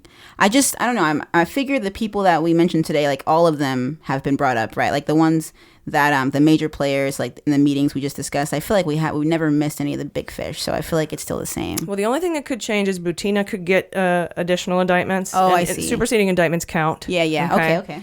I think we covered everybody there. Yeah, but she's a Russian. She's only worth 1 or 2 points. I can't remember. Right. The whole new point structure is up. It's going to be on the post. The mole is going to be like 1,000 points. The mole, you win automatically. Yeah. But like the 8-ball or something. But that's not for the mole being indicted. That's for calling the mole correctly. Exactly. Yeah. And as we all know, I think it's Priess. That's a good one. Yeah. Yeah, I'm gonna do Stone, Assange, DTJ, Kushner. I think those are my same from last week. And my fifth one, though, I'm gonna say that random guy Giuliani couldn't remember. That was at that June 7th/June 6th. Oh, maybe it was Goldstone. Interesting, Jordan. Yeah, I like that. I love Jesse Egan. That was amazing. Yeah. All right, guys, you ready for Sabotage? Oh, yeah. Yes. 5828 Sabotage music clip goes here in 5, 4, 3. This week, some really interesting news came out toward the end of the week about Russian spies. And I had a conversation with a wonderful person, Asha Rangappa. Heart you, Asha. She's the one who coined the term Snoop Dag for Rosenstein, which is so cool. My favorite thing. She's funny and she's brilliant. And here, let's take a listen to that. So The Guardian dropped a big story this week about a Russian spy that has apparently been working at the heart of U.S. intelligence inside the U.S. Embassy in Moscow for like a decade. And with us today to talk about the implications is former FBI special agent, CNN contributor, and friend of the pod, Asha Rangappa. Asha, welcome to Mueller, She Wrote. Thanks for having me. Yeah, no, thanks for coming back. We love having you. So what about this Russian spy in the embassy? What is going on? Well, our embassies hire Foreign Service nationals to do some of their support work. I think that's fairly common, because we have pretty large embassies. So there's, always locals, I guess, working there. I would imagine, and I just saw Jonathan Wackrow on CNN, he's a former Secret Service agent, confirm that she would have had access to a very limited amount and kind of information that would be known as sensitive but unclassified. So she wouldn't have had access to classified information. And I'm saying she. Am I mistaken? It was a woman, right? Yeah, I think the article in The Guardian said it was a woman. I think, yeah, that's what I recalled.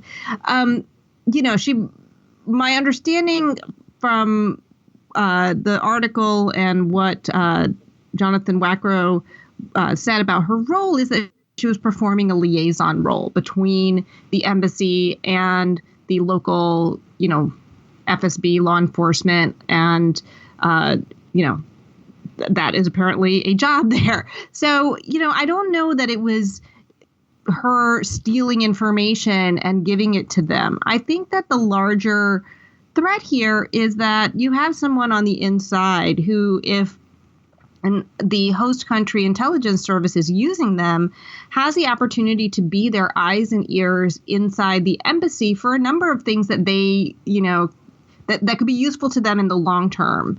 So the immediate thing that came to mind for me is that she can spot and assess other employees who may have greater access. That's what I was thinking. That's what like maybe she could be either looking for weak links or recruiting or something like that. Exactly. I mean, these intelligence agencies, and I did counterintelligence in the United States. So your holy grail is to always recruit someone who's inside, someone who works for the other country inside the embassy, because then they can, provide you with information. And to do that, you need to know who are the people who have the kind of access that you want. What are their vulnerabilities?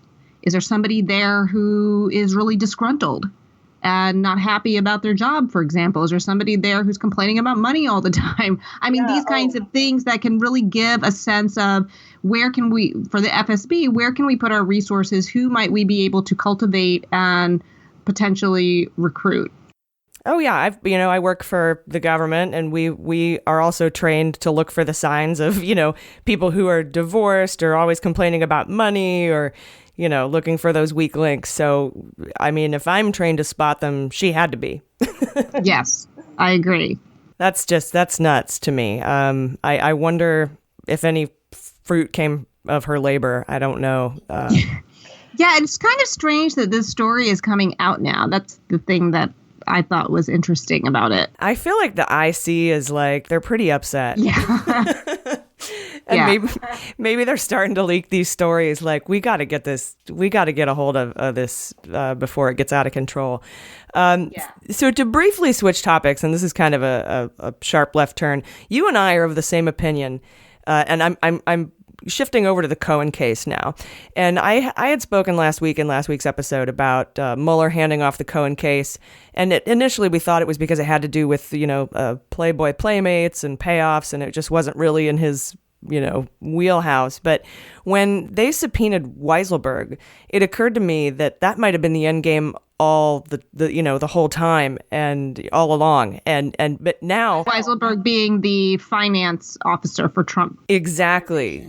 Probably the one guy who is the most dangerous outside of Trump's brother to subpoena. But now, by handing that all off, the Weisselberg subpoena, it kind of keeps the Mueller investigation bulletproof and outside of that red line, that Trump didn't want them to cross about going into his finances. And I was wondering what you thought about that. Is that something that could have been, thought of ahead of time or anticipated? Well, yeah. I mean, and this is what I just tweeted as well. Look, when Mueller is doing his investigation, he has an obligation to make sure any evidence of criminal activity is investigated, whether it relates to his mandate or not. So, for example, if he comes across a computer that has child pornography, he can't just ignore it and say, oh, I'm only here to look at Russian interference and just pretend that it doesn't exist. Now, he is limited because he's a special counsel by his mandate.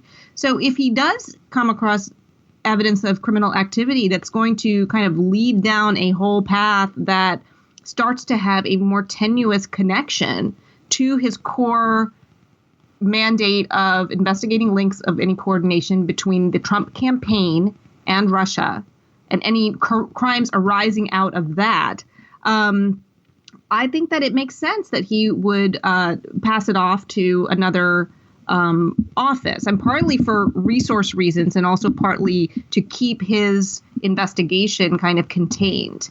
So we know that the Cohen investigation appears to center around bank fraud, things regarding taxes and tax medallions. I mean, you can see how he might have passed it off. But I also think that if you've also uncovered things that start to go down a rabbit hole of the Trump organization and going back years and years before he maybe even entertained, running for president, that can present problems for Mueller in terms of he doesn't know how big that's going to be, and does he have the resources to do it? And also, he's already under fire for kind of expanding his scope and going too far.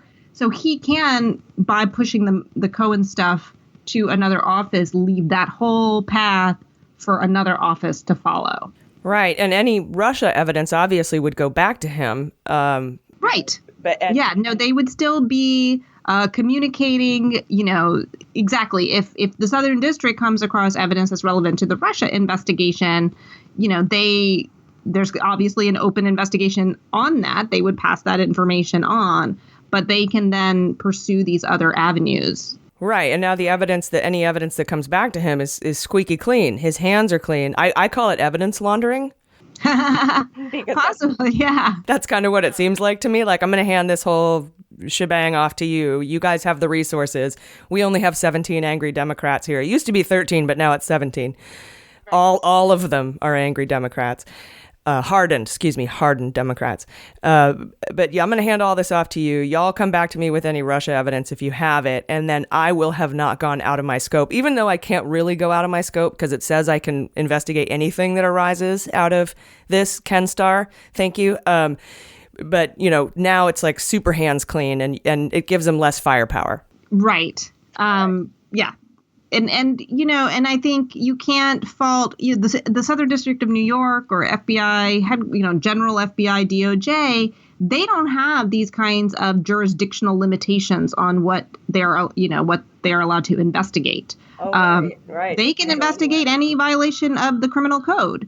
So, and this is how, for example, remember that with Anthony Weiner, they had that investigation. They came across Hillary evidence. They reopened the case. So they will follow evidence and spin it off into other cases if they need to. And they're not restricted in the same way that Mueller is. My phone is ringing in the back. I hope that doesn't ruin anything. No, it's fine. It makes me laugh that you call him Weiner. I used to do that as a... Oh, is it Weiner? I'm pretty sure it's Weiner, but I used to do that in hotel restaurant management. If somebody's last name was Weiner, I called them Mr. Weiner or Mrs. Weiner and allowed them to correct me just so that, if it wasn't Weiner, we would be okay.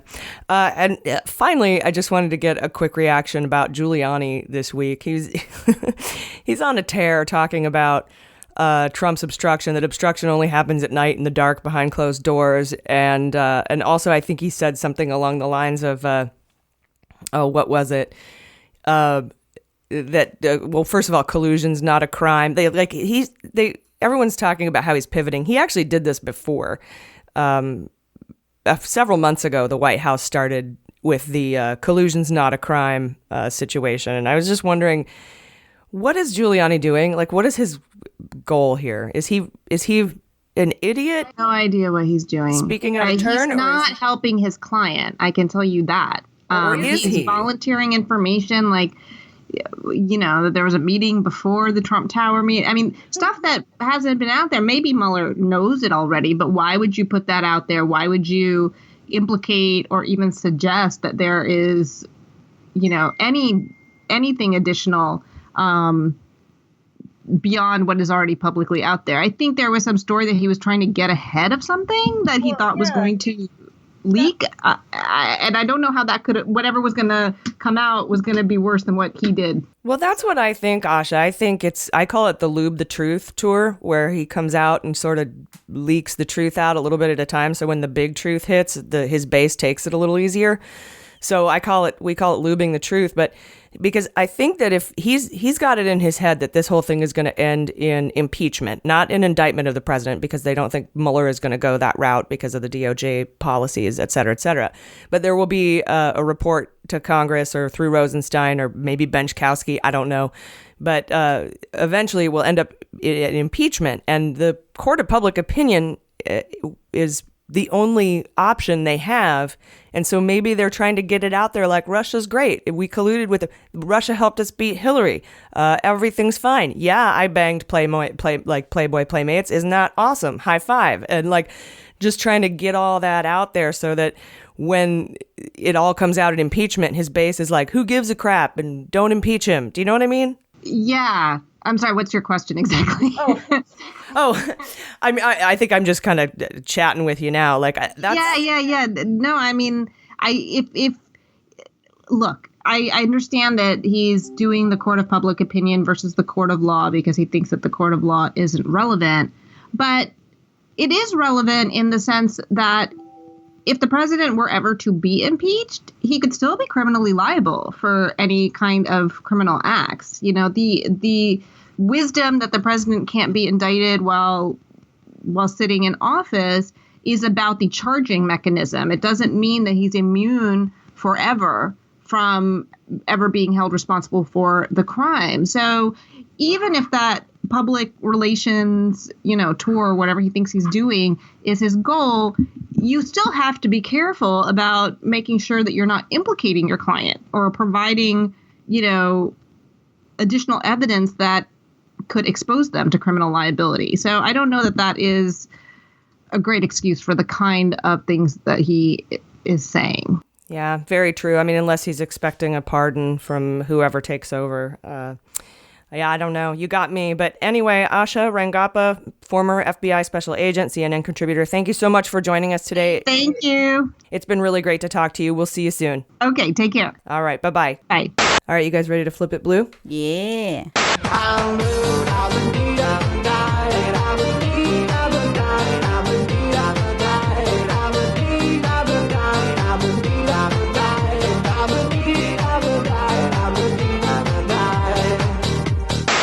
All right, you guys, today I got to have a wonderful conversation with an old friend. He's running for San Diego City Council. You'll hear all that in the interview. Let's take a listen. Today, I'd like to welcome to Mueller, She Wrote, and a longtime friend of mine. He's running for San Diego City Council in District 6. I've met him way back in the day when he was on the air on 91X and was doing environmental campaigning and very, very into the environment and making sure that we all kind of understood and were aware. It was very early on. I do remember that. But please welcome to Mueller, She Wrote, Tommy Hough. How are you doing? I am doing well, Allison. Thank you for having me here today. And it was FM 94.9. Oh, that's right. It was about the music. You're right. I apologize. Right, yeah. It was 94.9 that back then. Yeah, and I was doing my Tree Huggers International show back then. Yes, out of I think we were in a mobile home, weren't we? Yeah, I think you're right. It felt like I was on pirate radio. Yeah, the ambience was great. It was fantastic. So I want to kind of get into, first of all, can you tell us a little bit about your district and why you're running, who you're running against? Sure. So I'm running in San Diego City Council District 6, and that's a fancy way of saying that's Claremont, Mira Mesa, Kearny Mesa, Miramar, Sorrento Valley, and the southern portion of Rancho Penasquitos, which is basically Park Village and Canyon View. Well, now, how does we've had our guest, Dallas McLaughlin, on here. Oh, He coined the phrase, put some beans on it for us. And that's our put a pin in it, put some beans on it. Now, how does he feel about this? Because isn't he the mayor of Claremont? Dallas is... I think he was the mayor of Claremont at one time. I'm not so sure if that title follows you to Riverside County or not. But he's the honorary. He's the honorary, yeah. Claremont the honorable former mayor of Claremont. Important to note, Claremont does not have a mayor. Yes, very much so. It's just Dallas. So it is a large community within the city of San Diego, and the eastern 2/3 of Claremont are in District 6. So basically, if you're east of Claremont Drive, you're in the district that I'm running in. Makes sense. Okay. It's an unusual district in that it's very decentralized. If you look at it on a map, Miramar is sort of the center of it. the whole Marine Corps Air Station Miramar, which is a lot of open space. And then Claremont's sort of on the southwest side of that. Mira Mesa's to the north, Sorrento Valley's to the north, Kearny Mesa's off to the east, and then PQ is off to the far northeast. And so a lot of the neighborhoods don't always have a lot of layover with each other, like you may have here in Midtown, where sort of Kensington runs into Normal Heights, and that runs into University Heights and Hillcrest. Mm-hmm. These are all post-World War II areas that were developed at different times. Claremont was the first back in the 50s. Mira Mesa was built more in the 1970s, and then those areas of PQ were really built in the 1980s and 90s. So you have a very different age of infrastructure in there, a real wide variety of age groups. It's a very, very diverse district. Mm-hmm. It is arguably the most diverse district in the city of San Diego. And it's, if I'm not mistaken, the second biggest as far as land area goes. So it's really an enormous district, and there's a lot of different areas to cover. But it's one that I have felt over time has been a little bit ignored, has been kind of neglected, bypassed on city services. And the gentleman who is the current council member for it is best known for basically undoing the entire role of a public official by taking classified city information about the Soccer City proposal given to him in confidence by the city attorney so he can do his job for the taxpayers and the residents and his neighbors, and instead used his own personal email address to send that information on Soccer City to the Soccer City developer to give them a leg up in negotiations with the city. That cannot be legal. It is not legal. It's actually a misdemeanor. And Mr. Cate actually admitted to that. And so that's your opponent. Our current city councilman for District 6 is Mr. Cate. That's correct, Chris Cate, yes. Mm-hmm. Okay. Yeah, he was elected back in 2014. He was under investigation by the state attorney general for about 7 or 8 months. He's paid about $6,000 to the city's ethics commission. And, and $6,000 may not be a lot of money for Mr. Cate. No. Allison, that's a lot of money for me. That's a lot of money for my neighbors. Mm-hmm. And that's another one of the reasons that I'm running is if you had done this during the course of your job, you would have been fired with cause. Yeah, I'm surprised he's running again. That's astounding to me. And is it just the two of you in this race? That's right, yeah. So there were a number of other candidates also running against Mr. Cate in the primary. I came in second, and under Measures K and L, which were passed by San Diego voters in 2016, top two finishers now go to November. So we're going to be challenging Mr. Cate. So you're a top two finisher. Mm-hmm. Congratulations. Thank you. I'm happy that you're running against this guy, and I would be very surprised if he won again. Well, he's sitting on quite a lot of money, but he's not particularly well liked around the district, and we know because we've gone and we've. Oh, sorry about the sound effect there. We've knocked on. I should have found a more. That's better. There you go. Knocked on a lot of doors, thousands of doors throughout the district. We started walking before the Super Bowl, and not once have we come across someone who's like, "Oh yeah." Well, that's important because every single person we've had on this show has said that this is groundwork, it's grassroots, and that is how you have to get it done. That's the only way you can get it done. If you are in a situation where we are, you're going to be grassroots because you're actually talking to your neighbors. That's where the impetus to run comes from, is from a grassroots understanding of the issues and awareness of what's happening. So frankly, you could just run on the fact that you're running against a criminal, but I assume because you are who you are and you're awesome, that you do have a platform and some things that you stand for. Do you want to tell us a little bit about what is important to your district? No, thank you, Allison. No, and you're right. And look, if you're running against an incumbent, it's one thing to say you got to fire this guy and hire me, but it's a more important thing to offer a vision of what this district and the policies that you see as important and your neighbors see as important and how you want to go and implement those. And the first thing, and it's almost a gimme really for anyone running for office, you got to talk about infrastructure and roads. Nothing's a gimme in this election, by the way. Well, and you're well to clarify that. You're right. You know what I'm saying? But roads are critical. Think. And San Diegans put about $800 worth of wear and tear on their car every single year because the roads are so bad around here. We have a lot of road problems in We have San a lot Diego. of road problems. Mr. Cate ran his entire campaign for the primary by mail and bragged about the amount of potholes he's filled. And I'm like, the problem ain't the potholes. We're going to have rain again next year. Eventually it will rain again here, and we will have potholes once again at the exact same place where he patched them before. We need to rebuild problem roads from the ground up, roads that are major arterials that everyone winds up using. And it's nice if you go and you pave someone's road or you resurface it or asphalt it or put slurry seal on it on a cul-de-sac. And I'm sure the residents there are happy to have that. But let's focus on the roads that everyone uses. That's critical. And that should be your job when you're a council member. And that's part of the leadership failures that Mr. Cate, continues to think no one's going to notice. And I'm knowing you also, I'm assuming that the way that you would be addressing these issues are going to be completely in line with your environmental views. And because I know you're a very strong proponent of the environment, if you want to go into that at all. Yeah, very much so. And in District 6, it's easy to sort of bypass the environmental impact that District 6 can receive from poor environmental awareness.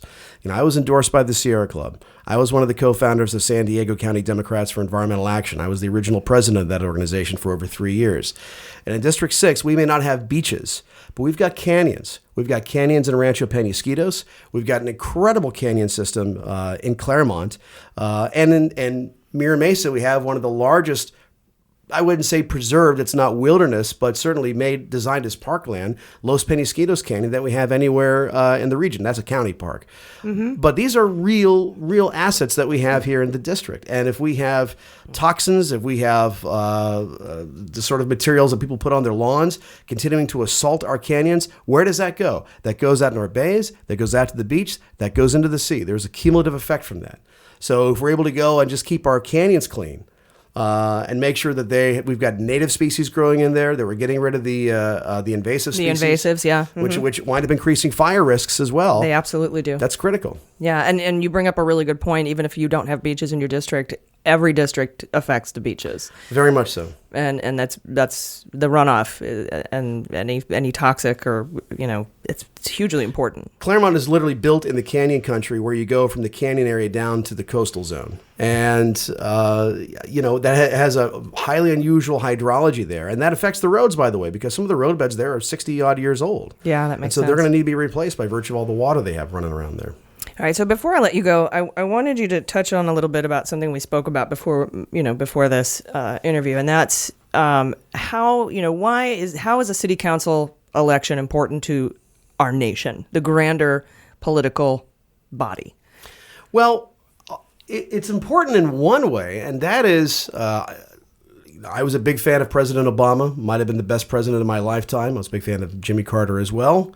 But during President Obama's 8 years in office, the Democrats did lose control of a lot of state legislatures, a lot of mayors, and a lot of cities, a lot of school boards. A lot of governorships. These are critical elections. Redistricting. And that happened right under the Dems' nose. And that's been a plan. I mean, they've been working on this for 30 years. They've been working on it for 30 years, and for a while, Democrats benefited from not making a big deal out of that. But now you're seeing the consequences of that. So, look, if we flip... Thanks, Obama. Affordable Care Act. Who's this guy think he is? But we have an opportunity, if we flip this seat, Allison, to get a veto-proof majority on San Diego City Council. That's huge. Imagine that. We have a strong mayor system, and the council can make sure the mayor has to come to the people on council. God, it'd be so nice to be able to just get shit done. Exactly. And there's all this policy that we talk about that's in the ether. Yeah. And we have an opportunity to actually make real strides on our housing crisis and our homeless crisis, making sure we have enough fire stations, ensuring that we have energy choice and that community choice energy comes to pass. It's already part of the climate action plan. That's big. I would love to have a storage battery in my house, but they won't let me. I can't go off the grid. SDG&E is a monopoly, and monopolies do not give themselves up without a fight. No, I wouldn't imagine that they would.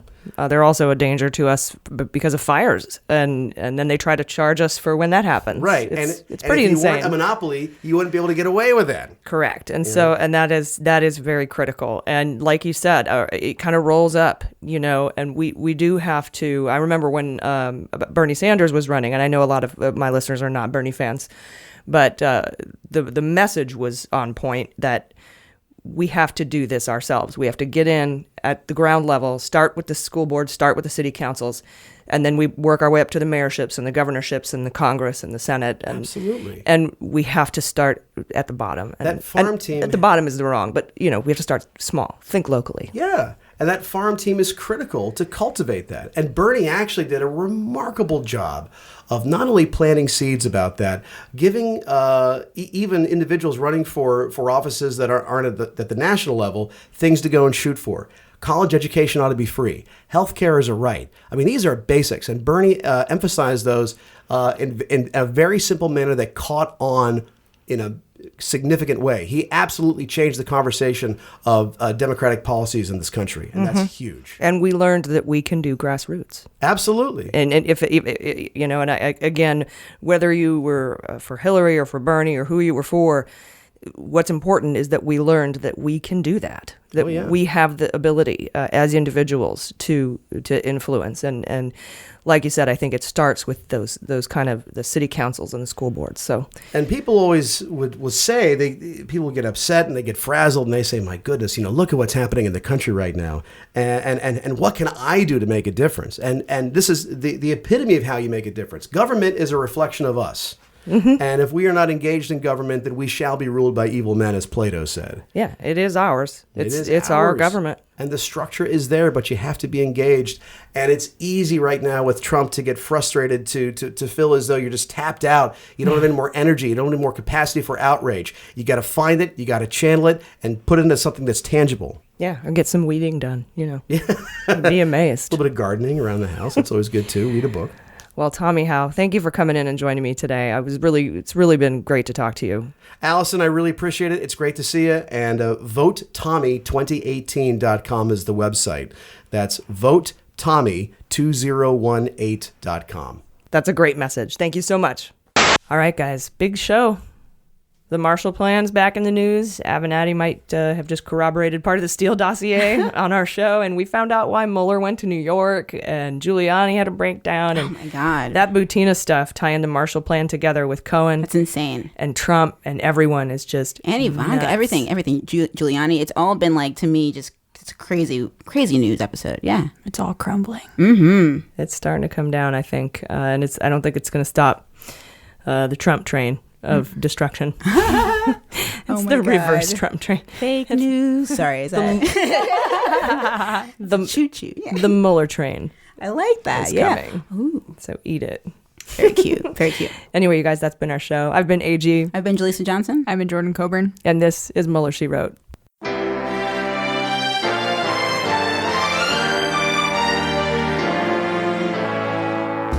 Mueller, She Wrote is produced and engineered by AG with editing and logo design by Jaleesa Johnson. Market consulting by Amanda Reeder at Unicorn Creative. Our digital media director and subscriber managers are Jordan Coburn and Sarah Hirschberger Valencia.